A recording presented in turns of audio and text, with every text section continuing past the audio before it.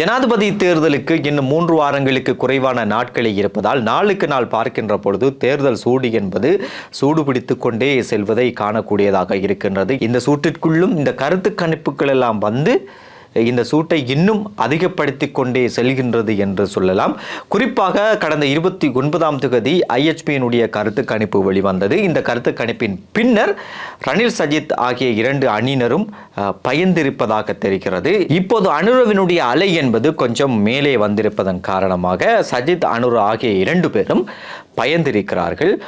இதன் காரணமாக இவர்கள் 2 பேரும் இவர்களுடைய வலிமையான தேர்தல் பிரச்சாரங்களிலே பல மாற்றங்களை செய்திருக்கிறார்கள். அண்மையில் கூட ஜனாதிபதி ரணில் விக்ரமசிங்க அவருடைய தேர்தல் பிரச்சாரம் செய்யக்கூடியவர்களோடு ஒரு கலந்துரையாடலிலே அவர் ஈடுபட்டிருக்கிறாராம். இந்த கலந்துரையாடலின் போது அங்கு வந்திருந்த ஒருவர், சார், நாங்கள் இதுக்கப்புறமும் பார்த்து கொண்டிருக்க முடியாது, உடனடியாக நாங்கள் செயற்பட்டு அனுரவினுடைய அலையை நாங்கள் நிறுத்த வேண்டும், அவரை நாங்கள் வீழ்த்துவதற்கான பிரச்சாரங்களை நாங்கள் ஈடுபட வேண்டும் என்று சொல்லியிருக்கிறார். இதற்கு பதிலளித்த ஜனாதிபதி ரணில் விக்ரமசிங்கே, இல்லை இல்லை, நீங்கள் சொல்வது தவறு, எங்களுக்கு போட்டி SJBயுடன் தான், நாங்கள் SJBயை வீழ்த்தத்தான் பார்க்க வேண்டும், அவர்களோடு தான் நாங்கள் நேரடியாக போட்டியிட வேண்டும், சஜித்தால் வெல்லவே முடியாது என்கின்ற பிரச்சாரங்களை நாங்கள் இந்த 2 கிழமைக்கு நாங்கள் கொண்டு செல்ல வேண்டும்.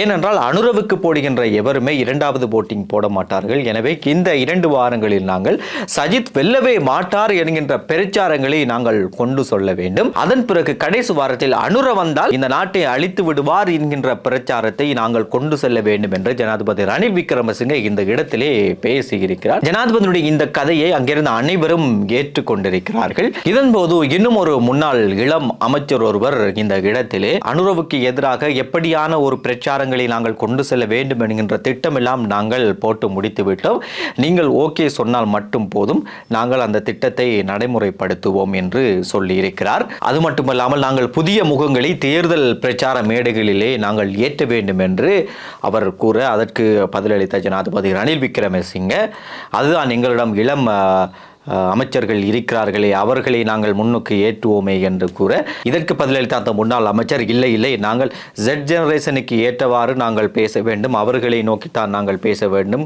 அப்படி என்று சொல்ல, அதற்கு பதிலளித்த ஜனாதிபதி ரணில் விக்ரமசிங்கே, என்னுடைய எல்லா பேச்சுகளும் இப்போது Z ஜெனரேஷனை டார்கெட் பண்ணித்தான் நான் பேசிக் கொண்டிருக்கிறேன். அண்மையில் மகரகமையிலே இடம்பெற்ற இளைஞர் மாநாட்டின் போது என்னுடைய பேச்சு என்பது அவர்களை கவர்ந்திருக்கிறது, அங்கு வந்திருந்த அந்த கூட்டத்தையும் நாங்கள் பார்த்தோம் என்று ஜனாதிபதி ரணில் விக்ரமசிங்கே இந்த இடத்திலே பதில் அளித்திருக்கிறார். இப்படி ரணில் விக்ரமசிங்கே Z ஜெனரேஷனை பற்றி பேசுகின்ற போது, அவர்களை நோக்கி தன்னுடைய பேச்சுக்களை எல்லாம் பேசுகின்ற போது, இன்னும் ஒரு பக்கம் சஜித் பிரேமதாசவினுடைய வலிமையான தேர்தல் பிரச்சாரத்திலையும் அவர்கள் மாற்றம் செய்திருப்பதாக தெரிகிறது. சஜித்தினுடைய தேர்தல் பிரச்சார மேடுகளிலும் புதிய முகங்களை அவர்கள் கொண்டு வருவதற்கு திட்டமிட்டிருக்கிறார்களாம். இவ்வளவு காலமும் ஒதுக்கி வைத்திருந்த சிலரை அவர்கள் முன்னுக்கு கொண்டு வருவதற்கும் திட்டமிட்டிருக்கிறார்களாம். எங்களுக்கு கிடைக்கின்ற தகவலின் அடிப்படையிலே ஹர்ஷ கபீர், இரான், சம்பிக்க, டலஸ் ஆகியோரை இப்போது முன்னிலைப்படுத்துவதற்கு அவர்கள் திட்டமிட்டிருக்கிறார்களாம். அதே நேரம் தலதா வெளியேறியதன் பாதிப்பை குறைப்பதற்காக வேண்டி ரோஹிணியை முன்னுக்கு கொண்டு வருவதற்கு இவர்கள் திட்டமிட்டிருக்கிறார்கள். அதே நேரம் ஹிருணிகா பிரேமச்சந்திரவை